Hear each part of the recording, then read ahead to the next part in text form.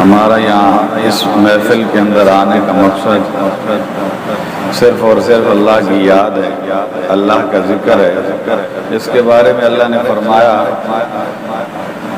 کہ یا ایھا الذین آمنوا اذکروا اللہ ذکرا کثیرا، کہ اے ایمان والو میرا ذکر کثرت کے ساتھ کرو۔ تو ذکر کے اندر کوئی حد نہیں مقرر کی کہ اتنا اتنا کرو، بلکہ جتنی تمہاری طاقت ہے، استطاعت ہے، اتنا اللہ کا ذکر کرو۔ تو جیسا کہ حضرت نے فرمایا کہ آپ صلی اللہ علیہ وسلم نے غار حرا میں 40 سال تک اللہ کا ذکر ہی کیا ہے۔ جب اللہ کا ذکر کیا تو سب کچھ روشن ہو رہا ہے۔ توفیق دے دے کہ ہم بھی ہر وقت اللہ کا ذکر میں لگ جائیں، اللہ کی یاد میں لگ جائیں۔ اور ہر دم کا مطلب یہ ہے کہ ہر وقت چلتے ہوئے پھرتے ہوئے اس کا فائدہ کیا ہوگا؟ سفر میں جا رہے ہیں، موٹر سائیکل میں، گاڑی میں، اور کوئی ساتھ نہیں ہے، اللہ کا ذکر کریں۔ اللہ کے ذکر کی برکت سے ایک تو زبان اور دل منور ہو جائے گا، آنکھیں محفوظ ہو جائیں گی، اور انسان گناہوں سے محفوظ ہو جائے گا۔ اللہ تعالیٰ کا جو ہے وہ ذکر جب کرتے جائیں گے تو ہمارا سینہ روشن ہوتا جائے گا، اور ہم گناہوں سے جو ہے وہ بچتے چلے جائیں گے۔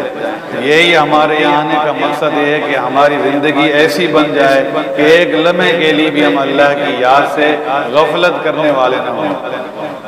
تو یہی سب سے التماس ہے، یہی سب سے التجا یہ ہے کہ اس محفل کے اندر آئے ہیں تو یہ محفل ایسی ہے کہ یہ بڑی قسمت سے خوش نصیبوں کو ملتی ہے، اور جس کو مل جائے اس کے بعد یہ تو صرف یاد دہانی ہوتی ہے۔ اصل مقصد زندگی کا تو آپ نے گزارنا ہے۔ ہر وقت تو یہ محفل موجود نہیں ہوتی، ہر وقت تو یہ ساتھی موجود نہیں ہوتے، اور ہر وقت یہ صحبت بھی جو ہے وہ موجود نہیں ہوتی۔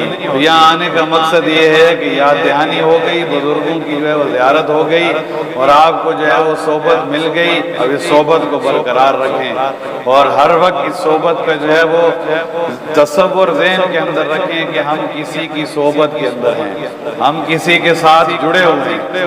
اب آپ دیکھتے ہیں کہ جو ہے وہ باہر گلیوں کے اندر کتنے کتے گھوم رہے ہیں کہ جس کا دل چاہتا ہے کسی کتے کو پتھر مار دیتا ہے کسی، اور ایک کتا وہ ہے جس کو مالک نے رکھا ہوا ہے، اس کے گلے کے اندر اس نے پٹا ڈالا ہوا۔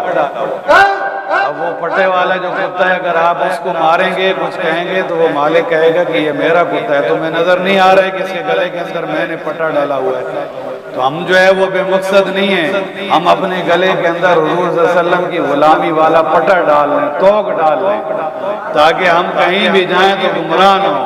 کوئی بھی انگلی اٹھائے ہماری طرف نہ اٹھائے کہ ہم کون ہیں۔ ہمارا اٹھنا بیٹھنا ایسے ہو کہ لوگ کہیں گے کہ واقعی حضور کا غلام آ رہا ہے۔ اپنی زندگی ایسی بنا لیں۔ تو میرے عزیزو، اسی لیے ایک کلام ہے جو حضرت کی باتوں کی وجہ سے میرے ذہن کے اندر آیا، وہی آپ کے سامنے جو ہے وہ پیش کروں گا۔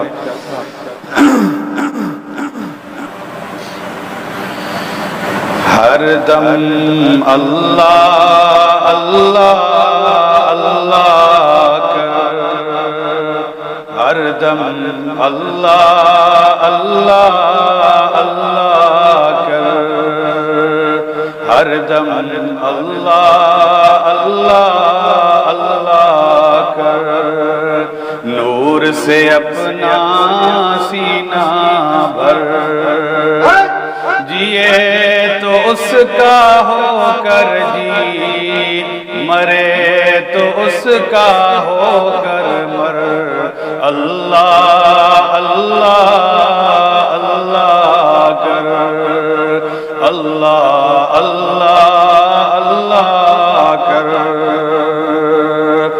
تیری زبان ہو اس کا نام، تیرا دل ہو اس کا گھر، تیری زبان ہو اس کا نام، تیرا دل ہو اس کا گھر، ڈر کر بھاگیں سب شیطان، ڈر کر بھاگیں سب شیطان، تو صرف ایک خدا سے ڈر، اللہ اللہ اللہ کر، اللہ اللہ اللہ کر، سب کے بخشے وہی گناہ، شرط ہے استغفار مگر، سب کے بخشے وہی گناہ شرط ہے استغفار مگر ہم منگتے ہیں وہ داتا